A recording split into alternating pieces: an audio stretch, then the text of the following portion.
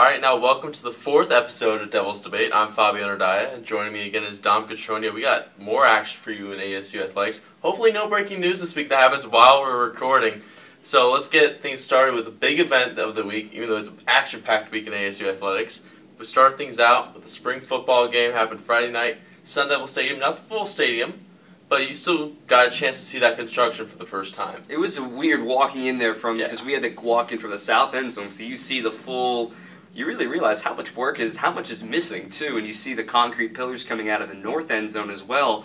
They've done a lot of work there, but the actual game on the field, though, in my opinion, it was pretty sloppy. It was. I think Berkovici wasn't his sharpest. Really, none of the quarterbacks were. Manny Wilkins opted to go to his legs more than he did to unleash his arm, and then Brady White was really uncomfortable in the pocket, and he'd already be dancing around and unprotecting the football. He got sacked a couple of times. Defense really dominated that spring game, and Jordan Simone, you see after he makes the interception on 7-on-7 drills, immediately gets to put on the PT-42 camo jersey. So I think the defense really won it. I don't know how the scoring system really worked out. Yeah, that was confusing. Everybody understood the defense definitely won the spring football game.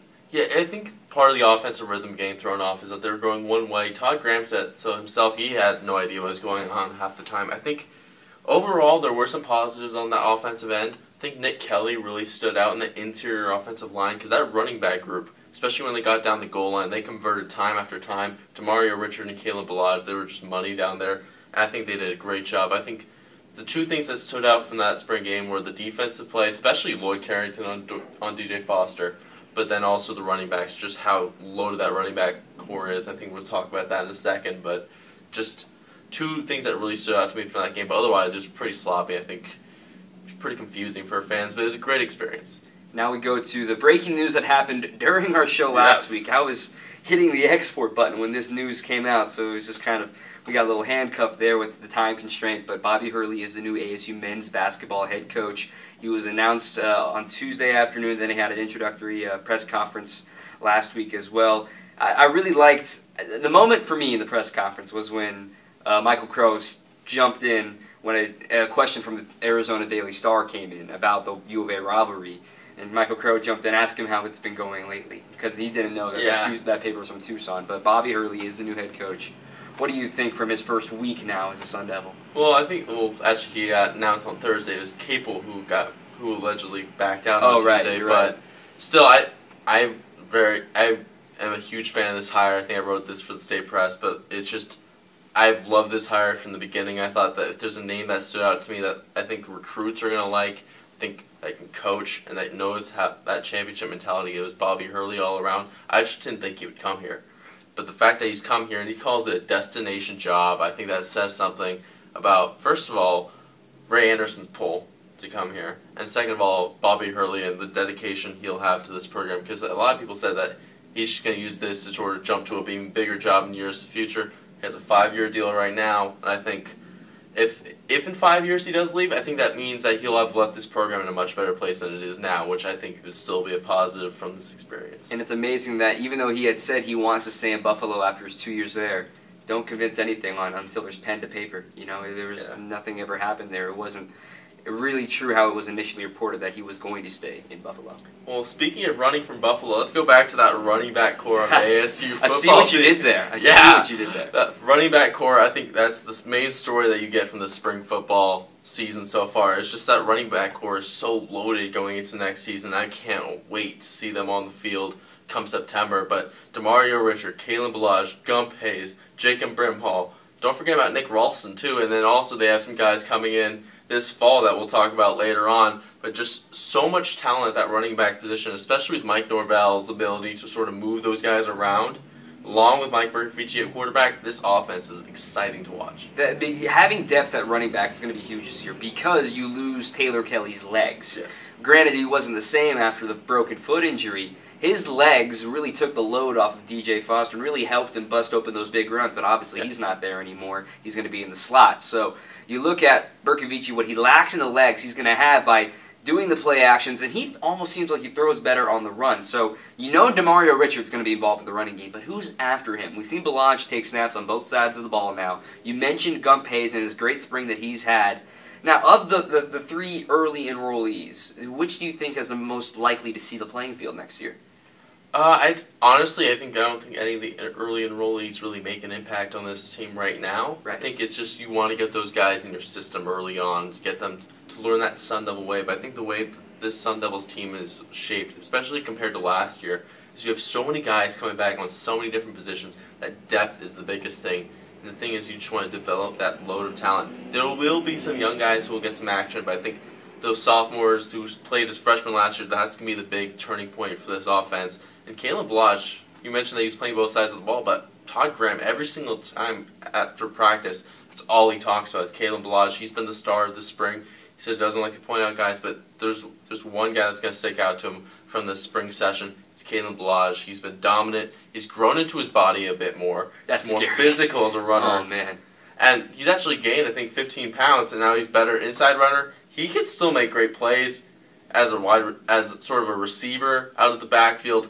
He's going to be a crazy kid to watch, and he's just going to be the second option in the backfield behind DeMario Richard, who you saw what he could do during that Sun Bowl game. This is why I talk about sports and I don't play them anymore, because I can't imagine Kalen Blodge coming at me. Now let's go to another sport. We haven't talked about this one yet here on Devils Devate, and I'm excited about it. I know you are too. We're both hockey guys. Exactly. There hasn't been news to report yet, but now finally Pac12.com leaked the schedule last night. They posted it too soon of ASU hockey's first year Division I as a Division I program, and the highlight, October 3rd, the very first game at Gila River Arena against the University of Arizona. I think that's the day after your birthday, right? It is the day after my 21st birthday, too, so I'm going to have to rearrange some of my plans, but it's finally happening. We actually have something on paper to prepare for. Notable parts of that schedule, too. They go to Wisconsin for Halloween weekend, and their home games, there's really not really any glamorous home games. The University of Alberta, Yale, Southern New Hampshire, Liberty and Ohio are the only two teams that they'll face from the ACHA other than Arizona, of course. But still, Fabian, how much stake should we put into this schedule, and what should we be expecting from ASU hockey? First of all, I like to see that they have the Cactus Cup is coming back to at least for another year. You get to see them play against U of A at home, and also they get to travel to Tucson in February. But also another thing is, I don't know. I like that they have these high-profile opponents on their roster, sort of the Wisconsins and the Yales, but I don't know how realistic your expectations could be for next year. I like the recruiting class they bring in. I like the talent they're coming back. That's coming back, but I don't know what the realistic expectations are going to be. Penn State, I think, finished just under 500. 14-17. I was getting ready to say that. In their first year as an NCAA team. I think that's a decently reasonable goal for ASU. I think the biggest thing is you have to take care of your ACHA games, of course. Which they will. Which they should. They should. But I think, first of all, you have to take care of home ice. I don't know where they're going to play most of those NCAA games, because I know they're going to be splitting between Oceanside, and I've heard that they're going to do Gila River as well.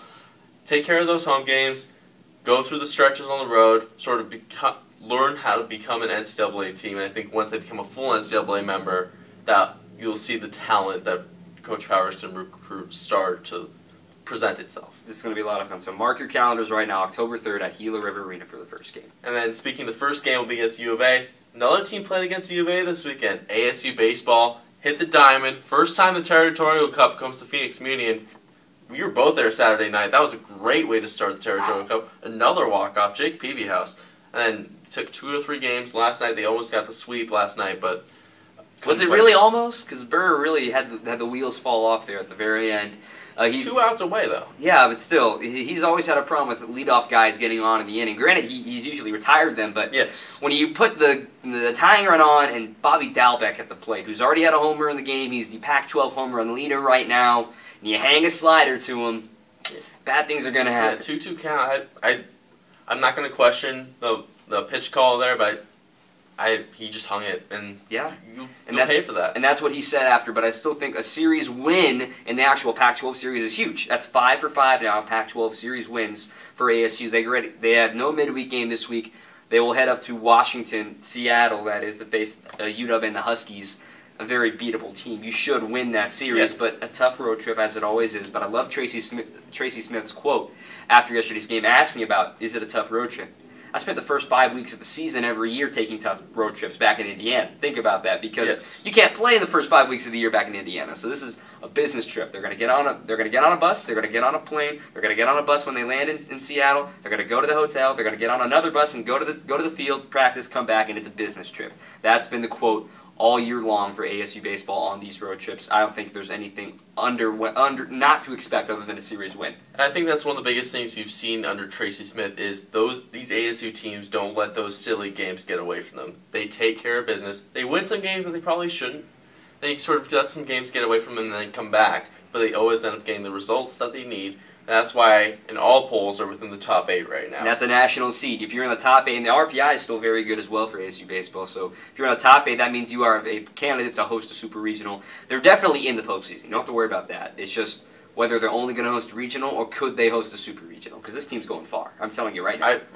I don't disagree with you on that one. I like this team. I like sort of the veterans mixed with the sort of the young guys. Tracy Smith has been great in his first year. I want to see him in the postseason, but I have all the faith in the world of this ASU baseball team right now. Now let's go back to the other guys, the freshmen. So over on the football field, we've seen a few of them last year, and they're great impacts, but we can't count the spring enrollees here going into next year. Okay. Who are your most, the freshmen you want to highlight coming into next year? You know who I'm going to pick. I knew. Wait, ready? 3, 2, 1. Bryce Perkins. Yes, it is. Bryce Perkins out of Chandler High School, 3-star dual threat quarterback, defending state champion, by the way. But I think you throw him in the mix there with, it's going to be Colton Gerhardt coming back, hopefully, for the football field, Manny Wilkins, and Brady White. And honestly, I think that Bryce Perkins has the ability to be better than all 3 of those guys once Mike Berkovici leaves next year. He has incredible athletic ability, a freak athlete. That's the reason why he decided to stay and not be an early enrollee, because he wanted to play basketball again. He's a great basketball player, but he's a great athlete. But one thing he's improved in his 2 years as a starting quarterback at Chandler High School, he can play the quarterback position. He can read defense as well. He has a great arm, and he actually has proven to be very accurate. He was the most accurate passer in the state last year. I'm going to go on the defensive side of the ball. Jalen Bates. Oh, yeah. Probably the most exciting. King me on Twitter. As he Grant was talking about him today at practice. Exactly. That's what I'm saying. Jalen Bates is going to be huge on this front end because, yeah, everyone's talking about the devil backer position and what are you going to do there. This kid is an animal, and he's going to be coming in. He will be in the lineup, I think, 3 games into the season. It will not take him long to make an impact. I think a couple of other guys Todd Graham's talked about is JoJo Wicker. Talked about playing him inside defensive line. Kalen Thomas. He's very excited about the freshman defensive talent he's brought in. Granted, he's a defensive-minded guy. But just with that much depth you already have, plus you plug in those talented freshmen, it's going to be incredible to see this ASU defense, which Todd Graham actually said was a strength last year, despite the reports at the beginning of the season of the contrary. Yeah. And now, sort of wrapping up this spring, we talked about sort of what he's looking for in the fall. We talked about sort of the spring game, but just overall, the spring practice, what do you think has really stood out? You touched on it earlier about how much Todd Graham has talked about Kalen Balazs and how they've experimented with him. And today he said he could be a third-down pass rusher in this season, and then also taking his carries, receiving out of the backfield. I think the development of Kalen Balazs is my storyline coming out of the spring. He's gone back to the defensive side of the ball as he did in high school. Didn't really try that at all last year, but now he's finally, really trying to tap into the pure athleticism and the pure athlete that he is on both sides of the football. And that's a scary thought. As we talked about, he's gaining weight, he's getting bigger, and he's becoming more and more athletic and more of a tool and a weapon for ASU football. There's lots of things people have talked about during the spring. I think Kalen Balazs deserves basically his own headline, his own section because of his ability to play on both ends of the ball. But I think the biggest thing that you get overall from this team is depth, just almost at every single position. I think the only positions that you could say that they have some depth issues at are wide receiver and maybe the offensive line, but just at running back, at quarterback, defensive line, linebacker, cornerback, even special teams. Everyone's really sort of stepped up, and they've stepped up from that 10-win level to trying to become that championship level. I think that's something Todd Graham has emphasized basically in every single post-practice report this spring, and I think that's something that's starting to sort of show itself this spring. All right, now our last topic, as you can see. Now this is a little weird one. It might pertain. There were some rumors. Is it a story? Sam Duane Jr. resigning from Corona, the four-peat champions of basketball here in the state of Arizona. Now, also the 2015 Max Preps National Coach of the Year.